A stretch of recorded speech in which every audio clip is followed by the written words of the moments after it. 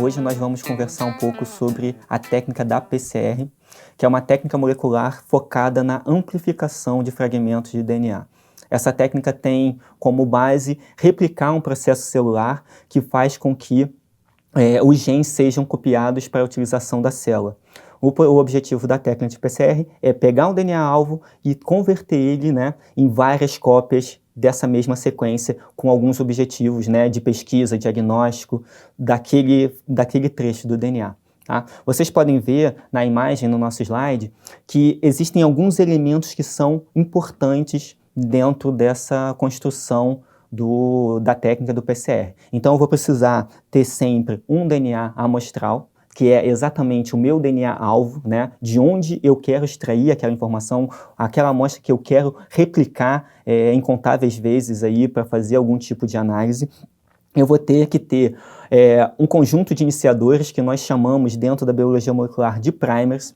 Esses iniciadores, esses primers, eles vão servir como base de ancoramento nas extremidades da minha região-alvo. Então eu vou ter sempre um primer ligado, focado num lado da minha sequência e o outro no outro lado da sequência, para eu poder conseguir amplificar, um trecho limitado por esses iniciadores. Tá? Então, a quantidade de iniciadores que eu vou utilizar vai depender bastante do meu objetivo dentro da minha análise. Eu posso usar 2, posso usar 1, ou posso usar alguns primers de acordo com o tipo de variação da PCR, e o tipo de objetivo que eu tenho com aquela amplificação. Tá? O PCR é uma das técnicas que potencializaram muito, melhoraram muito o nosso estudo, o nosso desenvolvimento dentro da biologia molecular e dentro das ciências biológicas de uma maneira geral.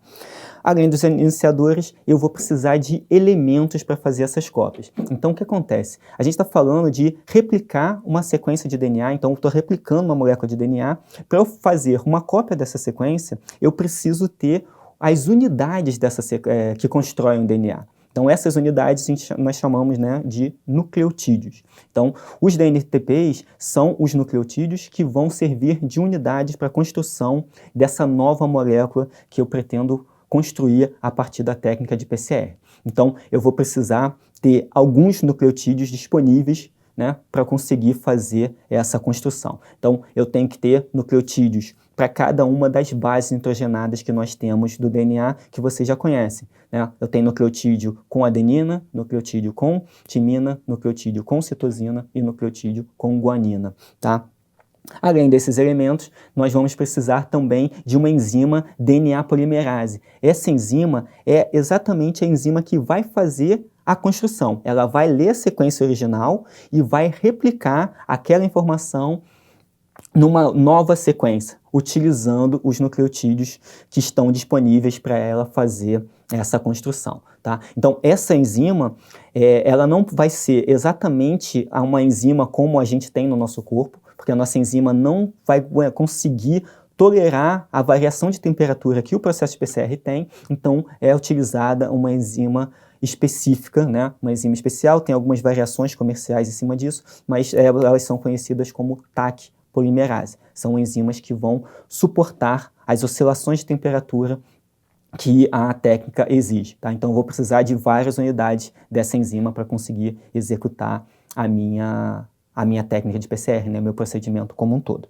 E também vamos precisar de uma solução tampão, onde tudo isso vai ocorrer, tudo vai ser em meio aquoso. Então nós vamos ter um tubo, com todos esses elementos, meu DNA amostral, meus nucleotídeos, meus primers e a minha TAC polimerase para eu poder executar a reação. Então todos esses elementos vão estar juntos e quando eu entrar com esses elementos junto com o termociclador, que também é conhecido como a máquina de PCR, eles vão trabalhar de maneira a eu conseguir amplificar essas informações. Então a PCR vai consistir em 3 etapas. A primeira etapa é a etapa de desnaturação. Na célula, esse processo ocorre por intermédio de enzimas. Como nós não vamos usar enzima nesse processo, nós utilizaremos a temperatura. A temperatura vai fazer com que eu separe as 2 fitas do DNA, permitindo que haja espaço para o primer, para o iniciador, achar a sequência-alvo. Então essa temperatura vai ser em torno aí de 94 graus Celsius. Tá? Essa temperatura, né, a enzima que a gente falou ainda há pouco, não ia suportar, né, uma enzima nossa não ia suportar esse processo. Então preciso de uma enzima que consiga se manter ativa mesmo após alcançar essa temperatura. Na etapa seguinte, eu tenho o anelamento. O anelamento é exatamente quando eu diminuo a temperatura para permitir que os iniciadores encontrem a sequência-alvo e se liguem nessa sequência-alvo. Eu tenho uma variação que está girando entre 36 graus até 60 graus Celsius.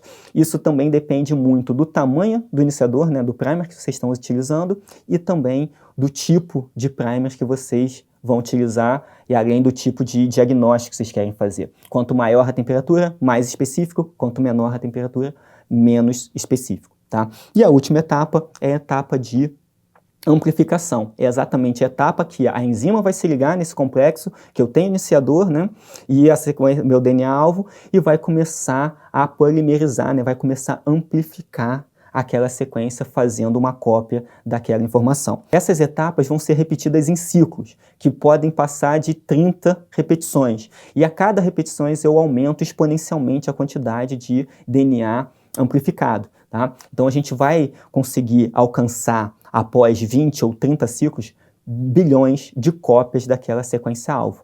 Então é um processo que te dá uma grande quantidade de DNA que fica mais fácil analisar e manipular nas etapas seguintes para poder identificar algum tipo de elemento, fazer um diagnóstico de uma doença ou fazer algum tipo de pesquisa que requeira saber como aquela região do DNA está participando dentro de uma população.